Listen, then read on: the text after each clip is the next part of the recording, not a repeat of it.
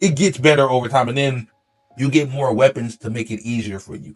Um, One thing that I do appreciate, like this is a Capcom game, so it's like Resident Evil. So the gameplay was like Resident Evil. Like they have a lot of they had a lot of single shot weapons at first, a lot of single shot weapons, and I was just like, it's kind of getting a little redundant. It's like, not redundant. It's getting a little. I just hope that the gameplay picks up a little bit, and sure enough, it did. I ain't gonna reveal what it was, but I appreciated that because it's like it kind of keeps you engaged in the game when using a single shot pistol with 6 bullets in there. Like it keeps you engaged in the game. It adds that not fear per se, but like just that challenge in there. And then when you even get the other gun or the other unlocks, it still is a challenge navigating the stuff because as you progress through the game, the hacking interface gets bigger or more complicated. Like you have more things that can fail your hacking, or you have more things that just block off certain things, or you have multiple enemies on the screen or attacking you at once. And I hope that's another thing. I hope when I beat the when I do beat the game, they have like a either like a new game plus or like a mode where you can uh what am I gonna say? Just like a new game plus. And I do want some DLC for this. DLC will be nuts. Yo, I got like 2 topics. Just real quick topics. First off, Pragmata might be the game of the year. Calling it right now. Game of the year. Game of the year contender. I mean, it's probably too early to tell, but for me, right now, game of the year. Capcom, man, you done it again, bro. I'm not a Resident Evil 9 type dude or Resident Evil type dude at all, but I can appreciate the genius of Resident Evil. Then you had Monster Hunter Stories, which I heard was good. It was good. It made me actually want to try a Monster Hunter Stories game, and I love Monster Hunter, which they have the Monster Hunter Wilds expansion dropping in summertime. But we also got Onimishu coming. We also got Onimishu. So that's coming this year. Gonna be my first one playing because I never played them before. Um Also what else? Pragmata, Monster Hunter, Resident Evil 9, Onimishu, Monster Hunter Wilds expansion. I think that's it for Capcom, unless I'm missing something. Didn't they have that Mega Man Star Force thing drop this year, or was that last year? Can't remember. I'm never really on that. I'm really a Mega Man Battle Network type dude. But anyway, I'm talking about Pragmata. Bro, I didn't put about 11 hours in. I don't know how far I'm in the game, but man, I'm loving it. So Pragmata, the concept is just real quick. It's a third person action adventure game. Little, I would say like a little puzzle game too. It has like a lot of platforming, which I really like. A lot of good movement. But basically, the story is you are a dude named Hugh on a space colony on the moon, and you're doing some. I forgot what they were doing. They were just doing some research, and then something ends up happening at the space colony, obviously, and everyone ends up like disappearing. And you find this Pragmata thing or this Android AI thing, and her name is D10, something confusing. But we just call her Diana. Her name is Diana. Hugh names her Diana, and they have a good, not, I wouldn't really say father-daughter relationship, but more along the lines of like um kid and the babysitter. I mean, and the babysitter, yeah. And Hugh is teaching Diana about the human world, about the human emotion, or just because she's an AI, she knows unlimited sorts of things, and she actually is an essential part to the game, or just Hugh like finding out what's going on, or even going back home. So he's just telling her about this and that, and like what life is like at home, and he relates to her a lot because he is an orphan, or he was adopted, and he can just relate to Diana about that, or just like relate to wanting to be a part of a family, or his family. One thing that he said, like his family and his parents were very supportive of what he wanted to do. So he just tells Diana that and tries to instill that in her, and without like giving too much of the game away, like a lot of it is lore based. So like you have to find diaries and like you look at some of these messages and see what's happened to this space crew. But all in all, I wouldn't say the story is very captivating. It seems like we're heading to a destination that I have seen before story wise, but honestly, the story isn't really the selling point of the game. It was a focal point that I liked that got me into it. I can kind of tell by like the trailer and just like the artwork or how like Diana was on like riding on the back of you back that it kind of seems like it's the Last of Us type beat. So I already had that going into it, but the thing that got me was the gameplay. That's what really sold me. Like when I heard like it was a different type of shooter, because I love third person shooters. Y'all know I played Division, Ghost Recon. Like I played mad third person shooters, but this one was a little different because while it does have like the over the shoulder element, and honestly some of the shooting reminds me of it's a Capcom game, so obviously it reminds me of like Resident Evil, or even like some of the movement, which I didn't hear a lot of people say because I played a lot of Monster Hunter. Some of the movement and just the smoothness reminds me of Monster Hunter. It reminds me of just the responsiveness, and one of the reasons why I fell in love with the Monster Hunter game, whether they be on Switch, Xbox, or PlayStation. It's very fluent with his movement. It's very easy to like jump and like um well what I'm saying it's easy to jump. Like a game shouldn't just have that off rip, because a lot of people don't remember, but when Crimson Desert first came out, it was so hard to fucking like just jump or do a precision jump. It was so janky. It was so janky. The game is good now. It's better now, but yeah, I'm here to talk about Pragmata. So yeah, the movement is very fluent. I love it, from the thrusters to the jumping to the dodging, to where you can dodge and it like slows down some of the movement, make the gunplay easier. The what else? So, like I said, you can upgrade your thrusters or like the jumping and the hovering. Like yeah, I like all of that. The gameplay, the core gameplay. So while it is a shooter, to do much more damage than like just a little like chipping away, you have to do these things called hacking. And with the hacking, it's more like a puzzle.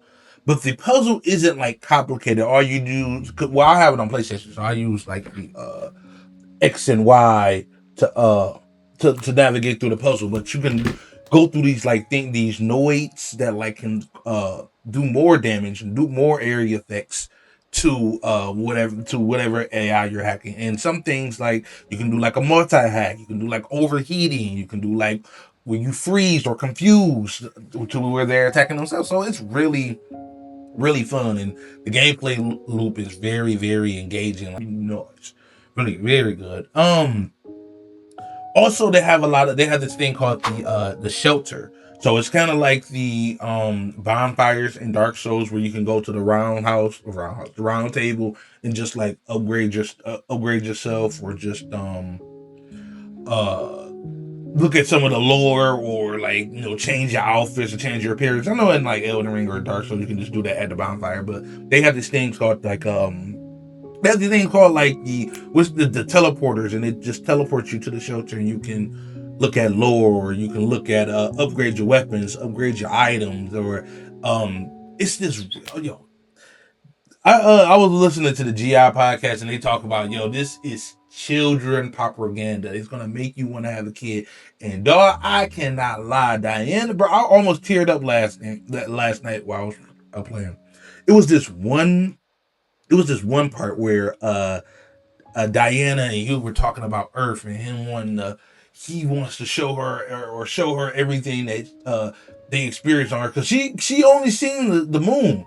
So he's telling her about all the colors and how vibrant the earth is and like how this is. And he's just like, yo, he's telling her, yo, I can't wait to show you this. I want to show you that. I'm gonna show you this shit. And she's like, oh yeah, I can't wait to see it. And I'm just like, I played these games before.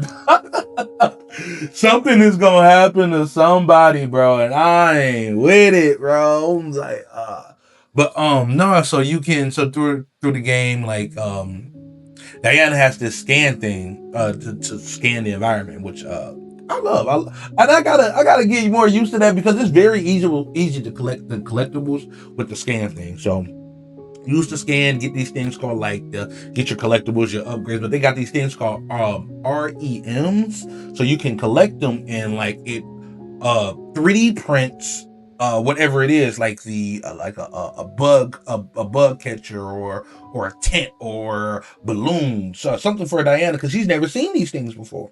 So you're explaining these things to her, and she gives you these things called a cabin token. Now, what a cabin token is, it's this thing that's in your shelter. That's we call him cabin, and he's like a like a vendor basically. So you get these cabin tokens that you get from Diana or in the world, and you can basically play like you basically do these bingo things, and it gives you like free upgrades, and these upgrades can be suits, it can be mods to help your hacking, it can be anything. It can be things to upgrade your health cartridges. It can be anything, but the dialogue, the voice acting is very, very good, especially on Cabin. Cabin is hilarious, bro. Very lighthearted, very hilarious. Even Diana, I think Diana's voiced by a black girl, or she's voiced by the same girl who was in Alan Wake, and I heard she was in was it Diablo? Is that it? And I don't know who Hugh is, but he does a great job. Like you can like the aspiration and the enthusiasm and the worry in Hugh's voice sometimes is very, very good. Like the exhaust, like yeah, he does a great job. I gotta look up and see who he is. But overall, I really do like this game. I really, really do. Like I'm 10 or 11 hours in, and yeah, so far it's my game of the year. I got so far I got like this Potopia and I don't know what else. I haven't played Resident Evil now, so I wouldn't know. But this right now is my definite game of the year. Now, it isn't a perfect game. It isn't perfect. Like I said, the story it can be. It just seemed like I've seen this story before. Hmm. Maybe when I was in the Discord playing it, maybe some of that hacking and playing it may turn some people off, but that's just it. Like it's something that you just get used to when you playing the game, and it just gets easier over time. Um, what else? I can't really think of anything off the top of my head that I don't really like. Maybe, I wish it could be longer. Pause. Yeah. I can't wait for the. I can't wait for the DLC. And like I said, it does have that gameplay loop, so it doesn't give you all the best weapons outright, so you can just breeze through the enemies. Like it's very good at giving you the certain amount of enemies to match your inventory, your inventory, what you got in your equipment. It doesn't give you the outright bosses that's going to take 30 hacks to take down. Like, nah, it doesn't give you that. And the game doesn't really hold your hand too much. There's not really too many tutorials. Oh yeah, this was one thing I kind of wish that the button mapping was just a little bit different because I did have to just get used to like, so the R1 button is the one for like the thrusters or like use your stamina, your stamina basically, or like your dodge. And I kind of wish I could change that to O or circle. It really wasn't a button. It really wasn't a option for that. They only had like the button configurations. Only like four of them. The main four right here. So, but that was just a minuscule thing. I didn't really care about that because once I learned how to do it, I'm good. But that was really it. The game direction, the game sound, I mean the art game direction, the art direction, the game sound is it just is phenomenal, bro. And that kind of go into with this one of the points that I was about to say. So, come to find out, The director of Metal Gear Rising: Revengeance and the weapon designer on Nier Automata, one of my favorite games, was the director of Pragmata. So that's what I was wondering. I was getting heavy Nier Automata vibes from it. It's not just because of the AI, but like just like the story around it and just like some of the color palette too. I was getting Nier Automata vibes. And sure enough, the director is from the director is from Nier Automata. What's his name? Chow Young Hee. Sorry if I'm mispronouncing his name, but boy, you did it, bro. You did your big one. You did your big one. Also, we did reach 1 million copies in 2 days, which is great, great. But I also got some news. I ain't gonna say what type of news, but news. So niggas is disgusting, bro. Like, yo, we gotta bring back shame and shoot niggas in the street. Because I turned on this game and I hate that I gotta do this, bro. But like, shit is just so corrupted in my mind, or just society is just so corrupted, or I don't have no faith in society. Where I'm like, bro, I see this little girl and it's just I know what niggas is gonna do, niggas is gonna say, and sure enough. Not even 24 hours after I said that, this dude tweeted out Diana from Pragmata has been censored. Instead of wearing, so I don't even feel uncomfortable reading. I don't feel comfortable reading that, bro. I don't feel. Basically, the nigga was trying to. How can I say this? She was trying to move the camera in certain places, and he didn't see what he wanted to see. And Capcom blocked him for tweeting that out. Or Pragmata, the what's it called, blocked them for tweeting that out, as they should, bro. But like, it ain't no way around that, bro. It's no way around that, bro. They honestly should have did worse to this nigga. Get him out of here, bro. Like, yeah, that's disgusting. That was disgusting. But overall, they're calling Pragmata Dad Space instead of Dead Space. It's not as scary as Dead Space. Obviously, there's no blood in here. It's no grotesque creatures, no strong language. I believe this game is teen. I don't know for what like, I mean, not what for, but like what's the the stuff to make the description to make it teen. But it does have a little similarities to Dead Space. So kind of does look like Dead Space. White dude, Isaac and Hugh, right? Um, you got the desolate space colony, like Dead Space. We're like, oh shit, what happened to the crew? Same thing with Pragmata. But the crew isn't like, I don't know what's going on with the crew. I don't know if they turned, are they the bots? Like, or they turned into the bots? Or they all like left or something? There's no blood, there's no anything. They're just gone. There's notes around. Like, it was just one big note that things was nothing that was around, but yeah. So the gun, the starter gun does kind of remind me of Dead Space, but you don't have, and you do it, and with the enemies you have to shoot and do certain things. Like, oh, well, obviously on this one you got to hack. On Dead Space you don't got to hack, but you have to adjust the gun in certain ways to split limbs off, and in this one you have to hack in order to get some damage in. So yeah, the boss battles are really fun. They aren't too tough. I haven't run anything too difficult or anything. Maybe died like a couple times, but that was like not paying attention to what was going on. I'm really enjoying this game. It has a lot of upgradables, and it gives you an abundance of collectibles. And like I said, with Diana's scan, it makes it easy to collect the collectibles or like collect the things that upgrade you. They even have training simulators that you can farm and get items from and upgrade yourself like that. So they want you to do these upgrades and play this game, and I love it. It's like to me, it's like a mixture of like Dead Space, um, Dead Space, Resident Evil, Monster Hunter. Like it gives me and even Vanquish type vibes. Vanquish that was on the Xbox 360. It gives me that type of vibes. That would like kind of with the movement a little bit, not like taking cover and shooting, but like kind of with the movement and like using your thrusters and just how like majority of the time not Isaac, oh my god, Hugh has his knife down, so that kind of just reminds me of Vanquish just a little bit.